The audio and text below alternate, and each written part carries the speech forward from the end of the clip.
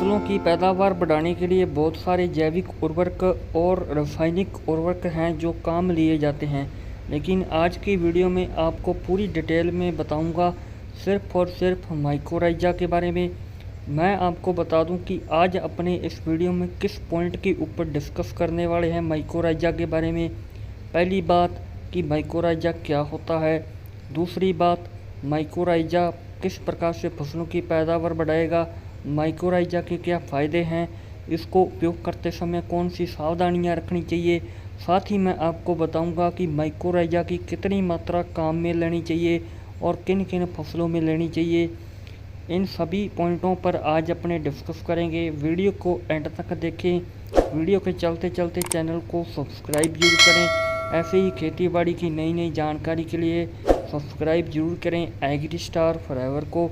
तो चलिए अपने बात करते हैं। सबसे पहले माइकोराइजा क्या होता है। दोस्तों, माइकोराइजा जो है यह एक प्रकार की कवक होती है जो पौधों के साथ जड़ों में उनके साथ संबंध बना के रहती है। उस संबंध को सहजीवी संबंध और इंग्लिश में बोले तो सिम्बायोटिक एसोसिएशन कहते हैं। तो इस प्रकार से ये एक दूसरे के साथ अटैच्ड रहते हैं, दोनों संबंध बनाकर रहते हैं, दोनों ही एक दूसरे को फ़ायदा पहुंचाते हैं। थोड़ी सी जानकारी आपको अगर और दूं तो माइकोराइजा जो शब्द है इसका अर्थ ही ये होता है कि माइको यानी कि माइकस। माइकस का मतलब होता है मशरूम या फिर फंगस, और राइजा का मतलब होता है रूट, यानी कि कवक रूट के साथ यानी कि पौधे की जड़ों के साथ संबंध में रहती है।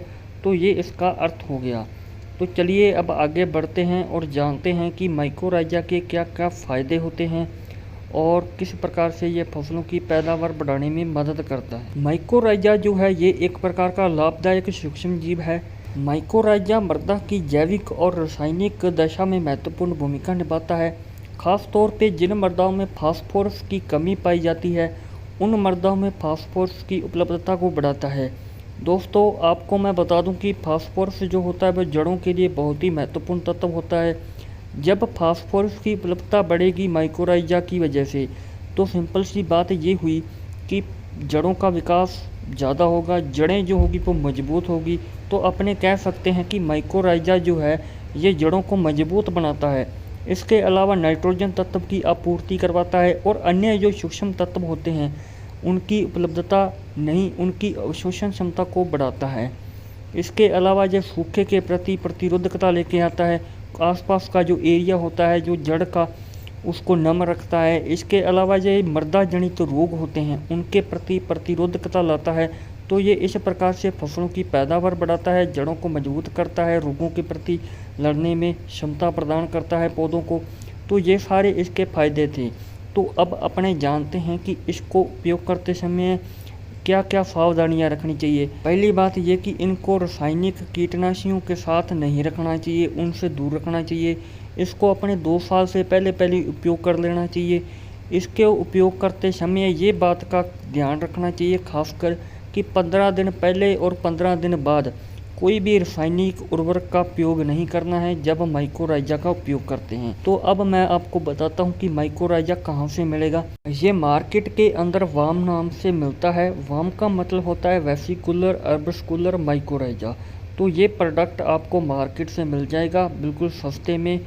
तो आपको मैं बता दूं कि अब इसकी कितनी डोज आपको उपयोग करनी है खेत के अंदर। दोस्तों, माइकोराइजा को उपयोग करने के लिए 2 ग्राम प्रति लीटर या फिर 200-250 ग्राम के रूप में पाउडर इसका आता है, उसको 100-150 लीटर पानी के अंदर मिला लें। और जो पौधे होते हैं नर्सरी वाले जैसे टमाटर, मिर्च, गोभी, प्याज, इन सभी नर्सरी वाले पौधों की जो जड़ें होती हैं इनको इसके अंदर 20 से 25 मिनट तक डुबो कर रखें।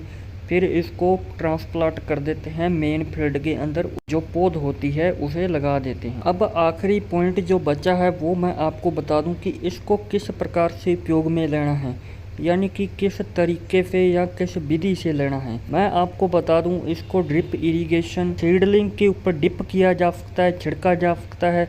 और इसके अलावा जैसे मैंने आपको बताया कि जड़ों को डुबोकर रखा जा सकता है 20 से 25 मिनट के लिए। इसके अलावा इसकी ड्रेंचिंग की जा सकती है। तो इस तरह इसको 3-4 विधियों के द्वारा दिया जा सकता है पौधों को। तो ये थी इसके बारे में डिटेल में जानकारी माइक्रोराइजा के बारे में। अगर आपके मन में कोई सवाल है, कोई शंका है अभी भी, तो आप हमें कमेंट करके बताएं, आपको जानकारी दी जाएगी। उम्मीद करता हूँ माइक्रोराइजा के बारे में दी गई जानकारी आपको काम आएगी। तो मिलते हैं अगली वीडियो में। Thank you.